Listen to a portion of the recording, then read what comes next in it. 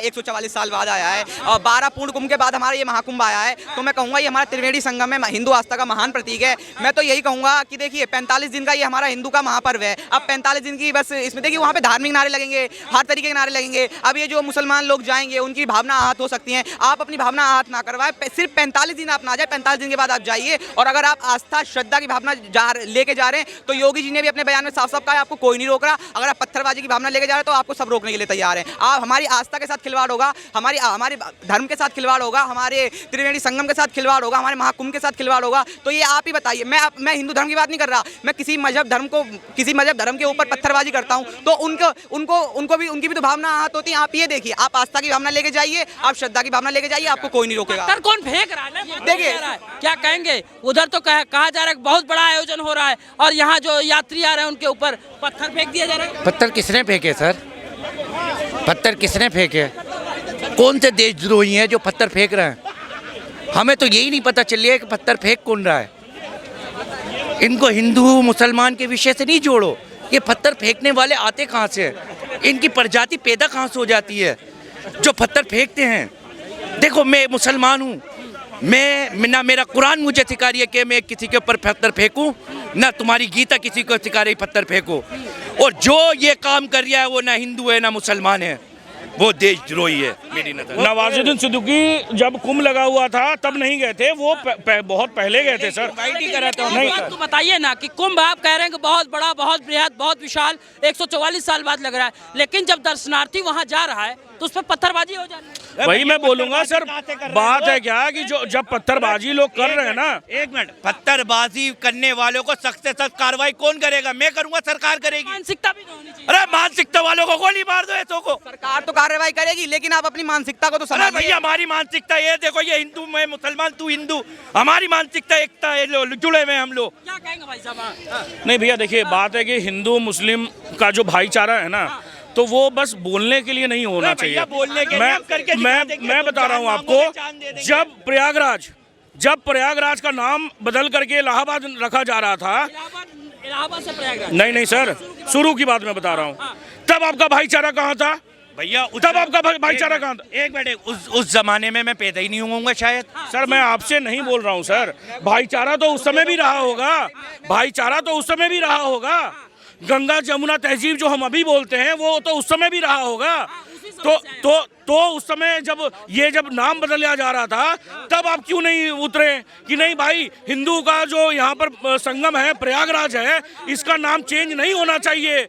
हिंदू के साथ में हम यहाँ रहते हैं, उनका पवित्र स्थल है ये, और उनका नाम नहीं चेंज होना। जैसे अभी अजमेर का नाम, अजमेर में बोला जा रहा था कि सर्वे होगा या जो भी होगा, तो लोग यहाँ पर बोल रहे थे ना, विरोध कर रहे थे कि नहीं होना चाहिए सर्वे, वो हमारा पवित्र स्थल है। अरे हमारे प्रधानमंत्री ने फिर चादर बेच के बात को खत्म तो कर दिया था। नहीं, प्रधानमंत्री ने चादर ने बेची थी। प्रयागराज की ही बात करिए। भैया तो ये अजमेर चले गए ना, 144 साल बाद है तो गर्व नहीं है? तो क्यों नहीं होगा गर्व? हमारे भारत का कल्चर अब उभर रहा है तो हमें गर्व नहीं होगा?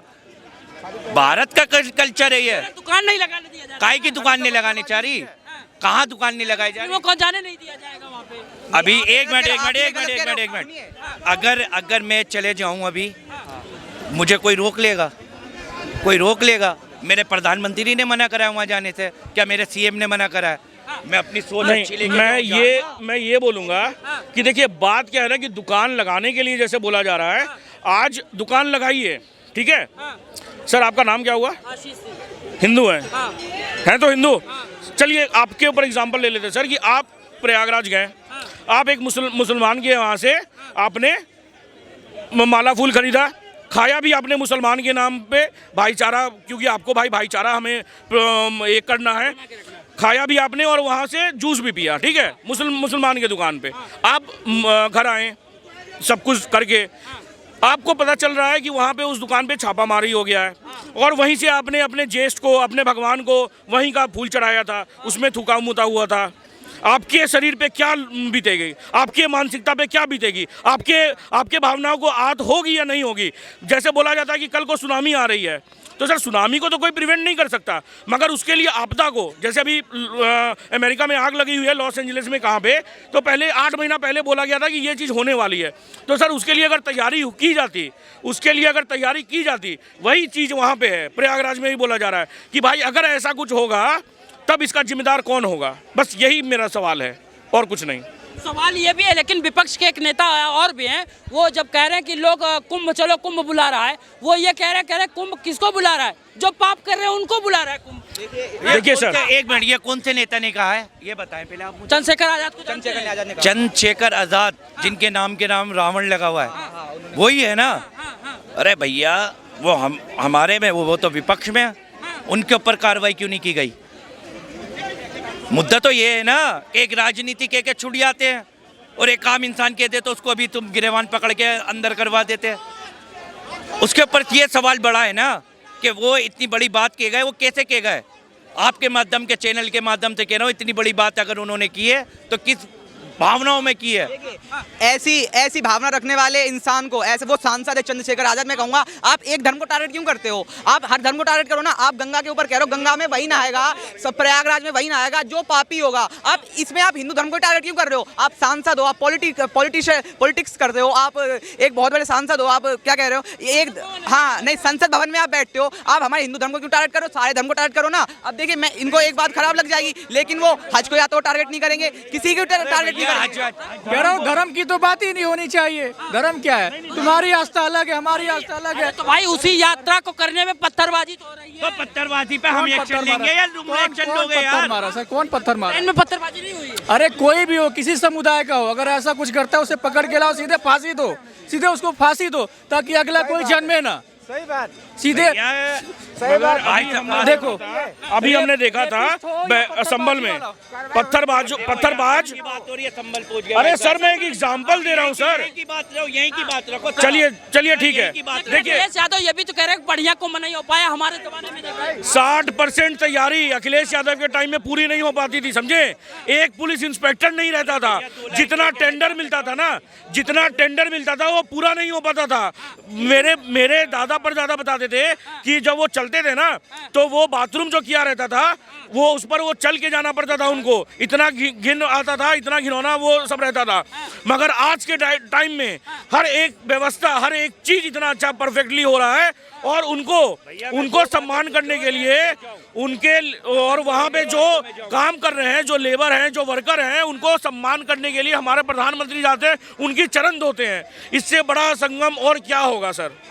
बड़ा संगम क्या होगा। अरे भैया, राज करना है तो दिलों पे राज करो। सुनो बात, कर रहा है? राज करो तो दिलों पे राज करो।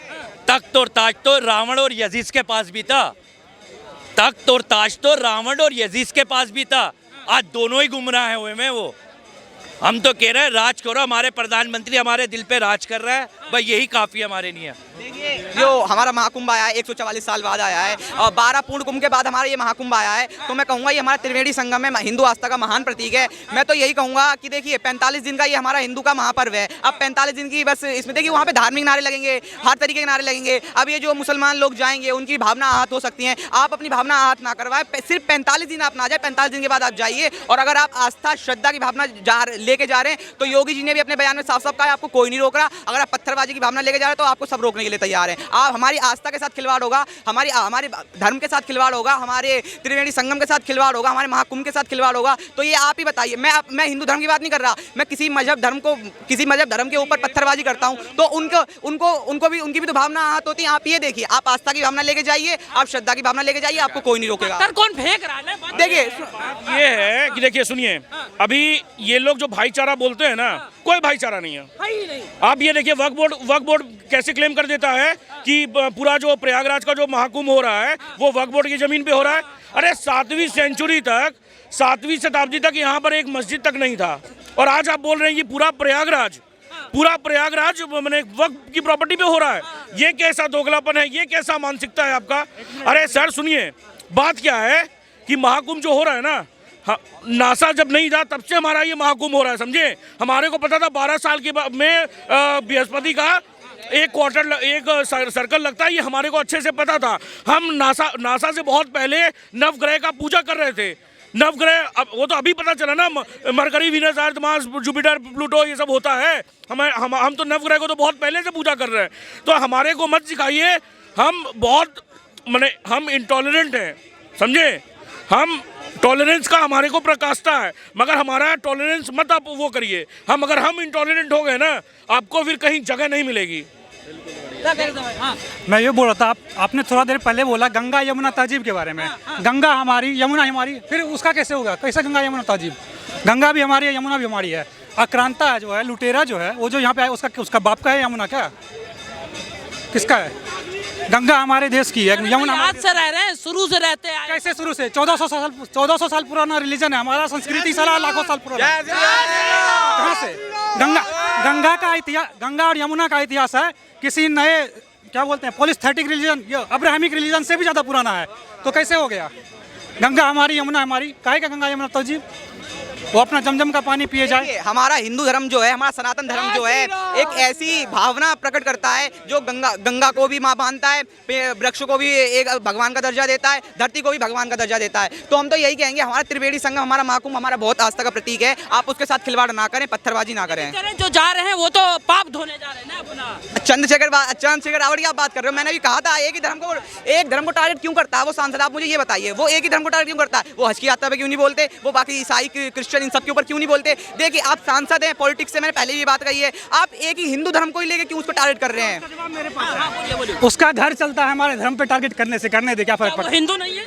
नहीं है। मैं एक बात पूछूंगा, मैं चंद्रशेखर रावत से एक बात पूछता हूँ। जब वो कोई फॉर्म फिल करते हैं, जब वो कोई नौकरी का या किसी गवर्नमेंट सर्विस का फॉर्म फिल करते हैं, तो वो अपने रिलीजन में हिंदू डालते हैं कि नहीं डालते? ये चंद्रशेखर रावत से मेरा सवाल है। अगर उन्हें हिंदू धर्म से इतनी नफरत है तो हिंदू से बिल्कुल रिजाइनिंग ही दे देना।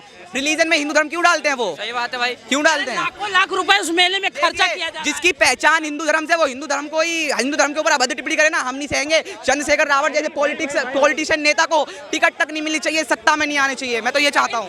इतना पैसा क्यों बर्बाद करना हमारे टैक्स का? भाई, जब इफ्तार पार्टी होता है तब पैसा बर्बाद होता है, तब पेट में खाए गुर्दा नहीं छिलता है तब किसी का।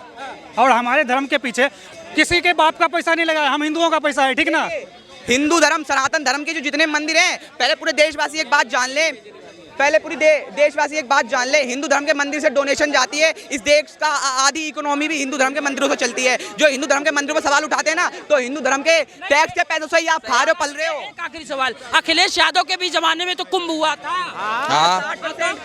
60